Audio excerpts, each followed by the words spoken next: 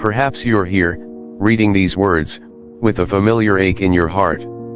It's that sudden silence after the most passionate moment, the void created by a back turned to you, and the slow, steady breathing that begins to fill the room. In that quiet space, only your own questions scream.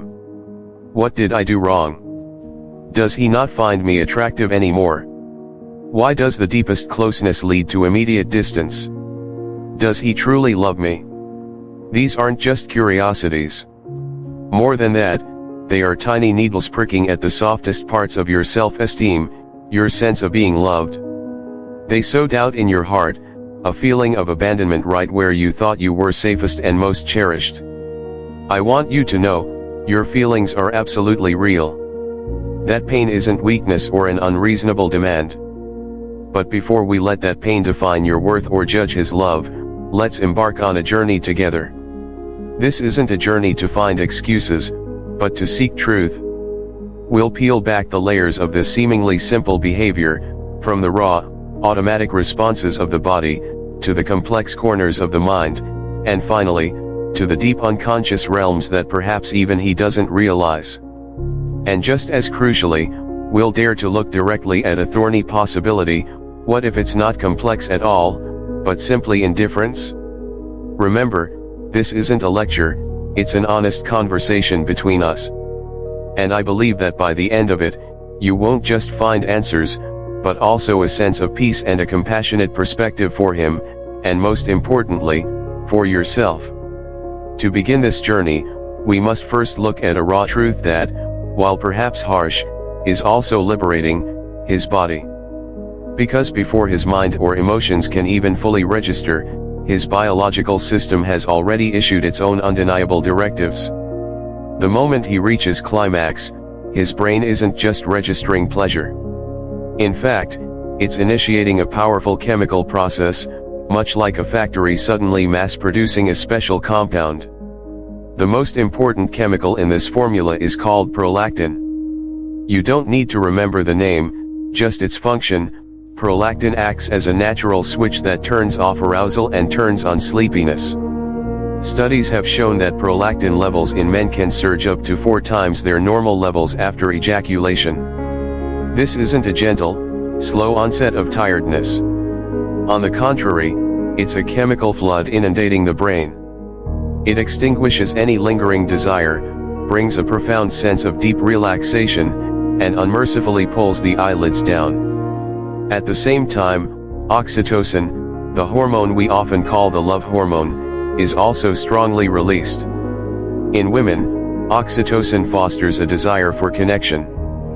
But in men, when combined with prolactin and other neurotransmitters like serotonin, it contributes to a sedative state, calming the nervous system, reducing stress, and preparing the body for ideal rest.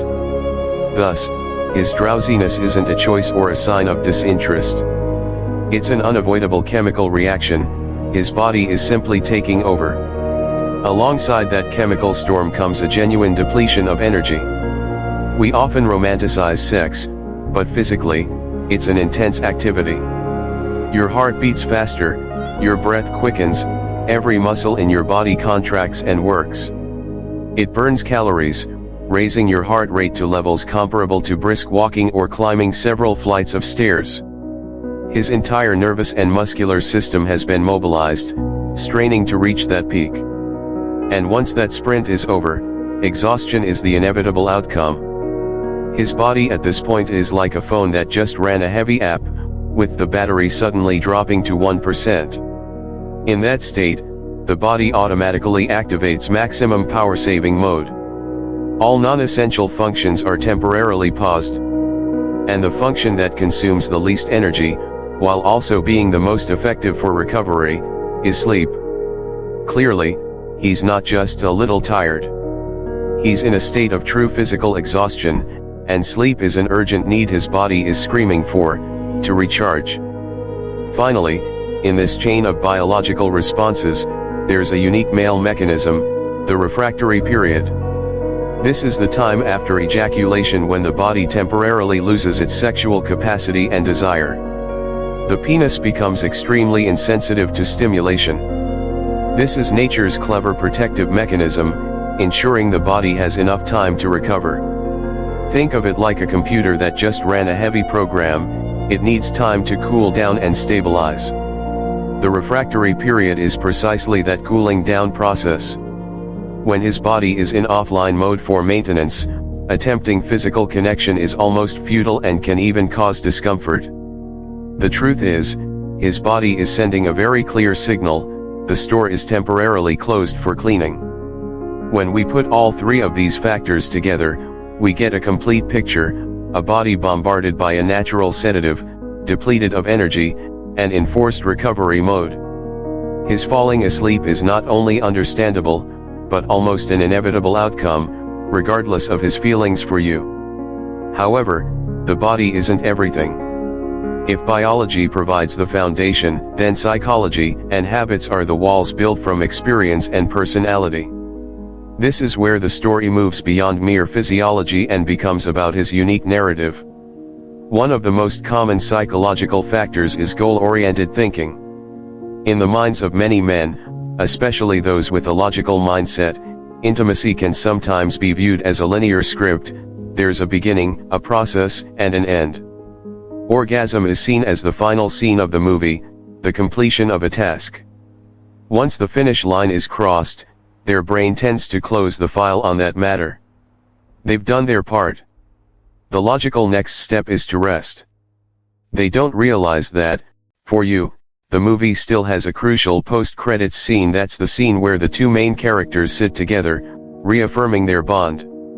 This difference in expectations is further deepened by a difference in love languages. Perhaps his love language is acts of service.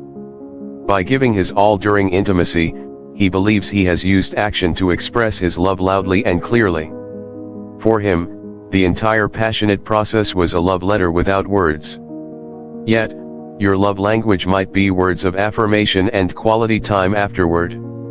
You need whispered words, you need non-sexual hugs to recharge your emotional energy. The problem is that after he has spoken in his language, he assumes you have heard. However, because you speak a different language, you're waiting to hear in your own way.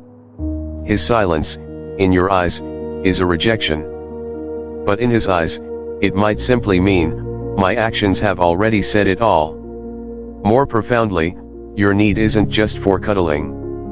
It's a reconnection check, a signal that we're still a team. He might not understand this underlying need, and your expectation could be misinterpreted by him as she's not satisfied, leading to confusion and silence. Furthermore, sleep can also be a convenient escape for a man to retreat into. If he's facing immense pressure from work or finances, after having the only moment of release in his day, his mind might be too tired to continue functioning. Sleep is the easiest way to avoid returning to the grind of those worries. More subtly, sleep can also be a way to avoid conflict in the relationship. If you two are in a cold war, after intimacy, both your psychological defenses are lowered. He might fear that if he stays awake and talks, an unintentional word could ignite an argument, completely ruining the beautiful moment you just shared. Therefore, he chooses to shut down to preserve temporary peace. Next, we'll dive even deeper, to a layer that even he might not consciously recognize. This is the world of unconscious motivations, silent struggles unfolding behind the veil of awareness. This is where the ideas of the great psychologist Carljung cease to be dry theories and become vivid experiences that help us decode the deepest, hidden corners of the soul. Let's begin with the social mask Jung called the persona. Each of us, to exist and be accepted in society, wears a mask. It's the image we want others to see: a strong, confident, witty, successful man, a solid pillar.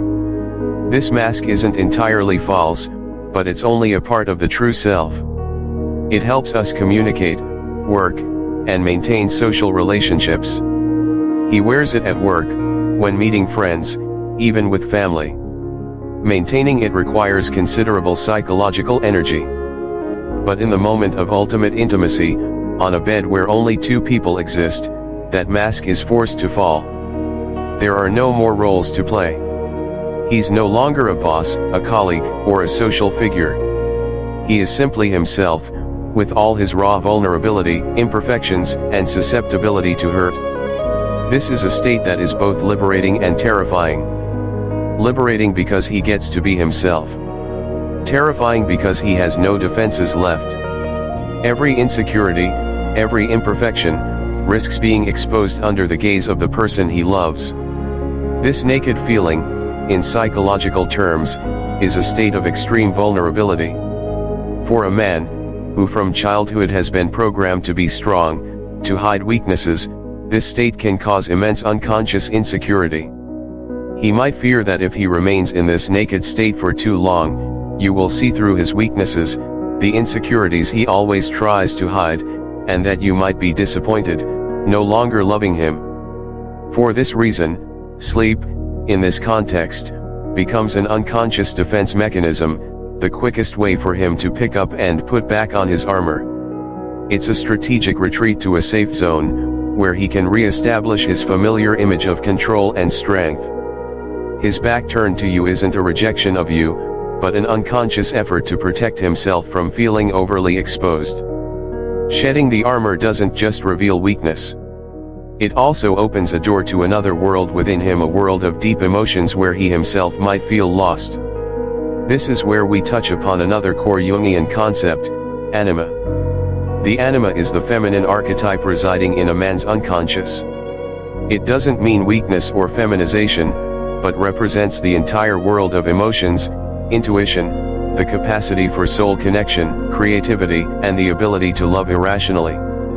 In daily life, the world of the anima is often suppressed by logic, by reason, by the pressure of the masculine persona. But in the transcendent moment of intimacy, especially when it occurs in love, a man has an intense encounter with his own anima. He connects not only physically with you but also with the deepest emotional and intuitive parts within himself. It's an incredibly powerful wave of emotions, love, trust, connection, a feeling of merging, of melting into one. For a man unfamiliar with, or even afraid of, his own emotional world, this experience can feel overwhelming. It's like someone who has lived their whole life in a desert suddenly being pushed into a vast ocean. That ocean is beautiful and majestic, but also deep, unpredictable, and potentially overwhelming. The feeling of losing control, of losing the familiar boundaries of the rational ego, even in a positive experience, can still cause a slight panic at the unconscious level. This is why sleep, in this situation, also functions similarly to closing one's eyes when afraid of heights. It's his way of cooling down from the overwhelming emotions, to freeze the ego, re-establish personal boundaries, and feel safe again in the familiar rational world. He isn't rejecting your love, he might unconsciously be rejecting a part of his own soul that he hasn't learned to face. Finally, the silence after intimacy is fertile ground for insecurities to bloom. When the distraction of action is gone, the mind begins to question. This is when we confront the shadow. According to Jung, the shadow contains everything we deny and don't accept about ourselves: fears, insecurities, primal desires, self-doubt, guilt, selfishness. It's the dark part we don't want to acknowledge. Extreme physical closeness can be a trigger that awakens the shadow powerfully. The subsequent silence is a perfect stage for these ghosts to perform. It's not just a simple question like, "Did I do well?" Instead, it's a chorus of self-judgmental questions echoing in his head, rising from his own shadow. Does my body look okay? Am I attractive enough? The shadow of body insecurity: does she truly like what I do, or is she just pretending to make me happy? The shadow of doubt and fear of deception: was I too clumsy? Was I too selfish? The shadow of guilt: does this closeness mean I'll have more responsibilities? Am I afraid of commitment? The shadow of fear of losing freedom: this barrage of questions creates an internal noise and chaos in his mind. It turns what should be a peaceful moment into a courtroom where he is simultaneously the defendant, the prosecutor, and the judge. And to escape that internal torment, sleep is the most effective tool. It's his way of turning off that noise and finding silence again. When we look at all three of these silent struggles, the fight to put the persona back on, the overwhelming encounter with the anima, and the escape from the shadow, you'll see that, very likely, your man is exhausted not only physically, but also mentally. Therefore, his back turned to you might not be a rejection, but the image of a soldier returning from an internal battle who needs absolute rest. However, at this point, we must pause and confront a brutally honest question: what if there's no internal struggle at all? What if there's no overwhelming anima, no escape from the shadow, and it's not even necessarily due to persona pressures? What if all the profound analysis we've just explored is simply too big a coat to put on a brutally simple truth: selfishness? This is a very real possibility and cannot be ignored. Any exploration of relationship realities would be incomplete if it only painted complex psychological pictures and forgot that, sometimes, human behavior is driven by much simpler motives. Some men engage in intimacy purely out of instinct. They see it as a need to be satisfied. And once that need is met, for them, the transaction is over. The woman's feelings, her need for connection, for cuddling afterward, simply don't exist in their equation. It's not something they intentionally ignore, it's something they never considered part of the deal. This isn't an unintentional oversight or a lack of emotional skill. On the contrary, this is a structural indifference, stemming from a self-centered perspective. In their worldview, the relationship, and especially intimacy, exists to serve their own needs. The woman, in that moment, becomes a means to achieve satisfaction, rather than a partner with whom to share a mutual experience. Once the means has served its purpose, it is no longer given attention. So, how do you recognize true indifference? How can a woman differentiate between a man who is experiencing understandable internal struggles and one who is simply indifferent and selfish? This is not an easy question to answer, but the answer doesn't lie in a single action, but in observing recurring behavioral patterns throughout the entire relationship. The telltale signs aren't in his back turned away, but in what happens before and beyond that moment. Ask yourself honestly: reciprocity in pleasure, during intimacy, does he truly care about your satisfaction? Does he ask what you like or want? Or does the entire process seem to revolve solely around him achieving his goal? A man capable of connection will see your pleasure as an indispensable part of the intimacy's success. Conversely, a selfish man will view it as an added bonus if it happens, but not the objective. His attitude towards your feelings outside the bedroom, when you try to share your emotions, hurts, or worries unrelated to intimacy, how does he react? Does he genuinely listen, or does he seem annoyed, dismissive, telling you that you overthink or are too sensitive? A man who is only unintentionally distant in the bedroom might still be a listening partner in daily life. However, a man with structural indifference will show disregard for your feelings in all aspects. Consistency in behavior: is he extremely passionate, charming, and attentive when he wants something from you, not just intimacy, but then becomes cold, distant, and unreachable once he's achieved his goal?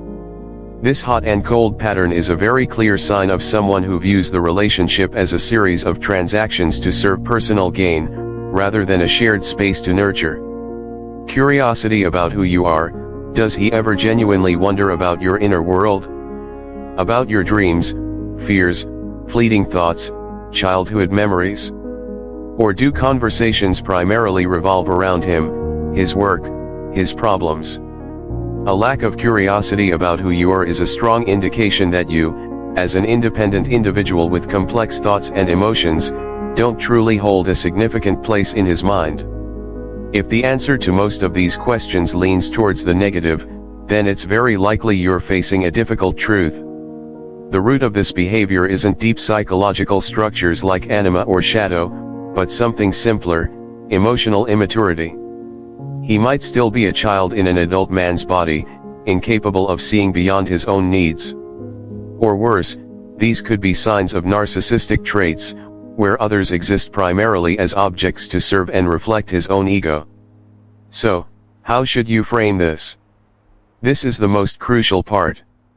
If you determine that you're in a relationship with a man who exhibits a pattern of indifference and selfishness, trying to understand him through compassionate interpretations of his pain will be a trap. It will lead you into an endless loop of excusing unacceptable behavior and harming yourself. In this situation, your mindset needs a radical shift. Stop asking why is he like this, and start asking what does this behavior say about this relationship and my place in it.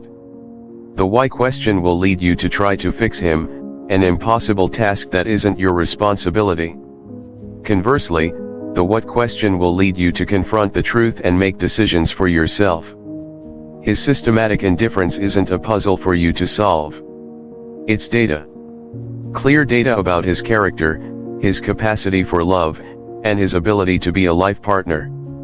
And the most accurate, most empowering way a woman can frame this for herself is, his disregard for my feelings doesn't mean my feelings aren't worth cherishing. It just means that this man, at this point in his life, is either incapable or unwilling to cherish them. This is a statement about who he is, not a judgment about my worth. This way of thinking is liberating. It removes you from the position of being judged and places you in the position of an observer. It gives you back your power. You cannot change his nature, but you absolutely have the right to decide whether you want to remain in a relationship where your emotions are consistently disregarded.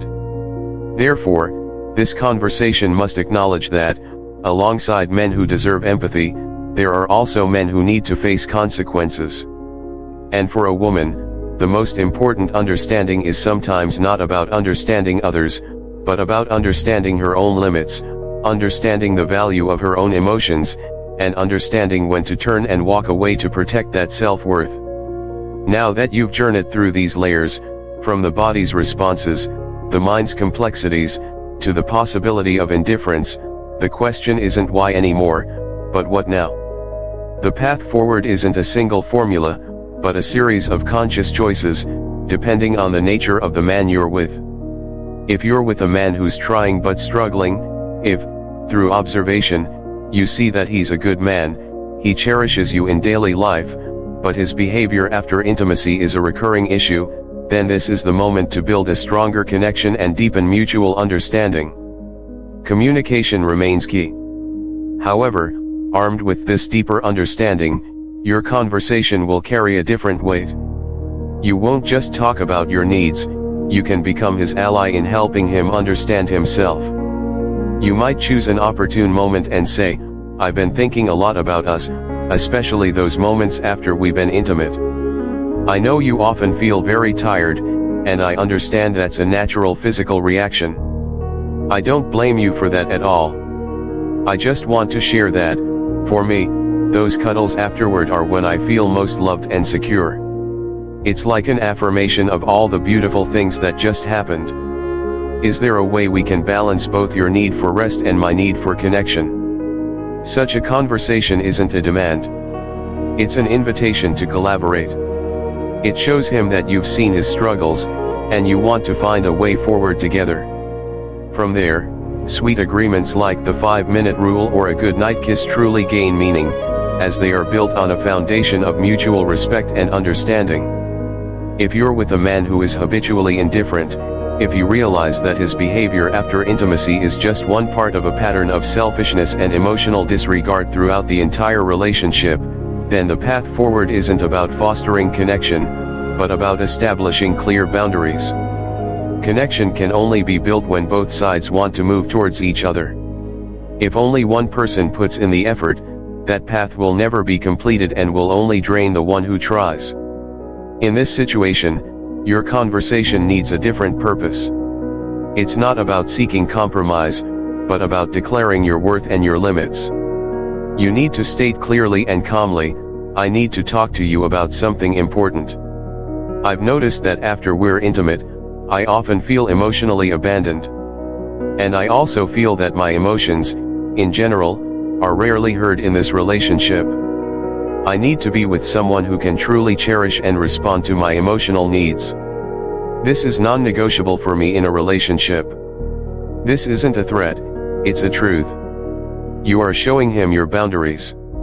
His reaction to this declaration will be the most crucial data you need. If he becomes defensive, dismissive, or blames you, you're too demanding, then you have your clearest answer. He is either unwilling or unable to change. If he expresses surprise, a touch of remorse, and wants to understand more, there might still be a glimmer of hope. However, you need to observe his actions afterward, not just his words. A promise of change is meaningless without genuine and sustained effort. In this situation, understanding isn't about staying and enduring, but about empowering you with the strength and clarity to make a difficult decision, either demand genuine change, or find your own way forward.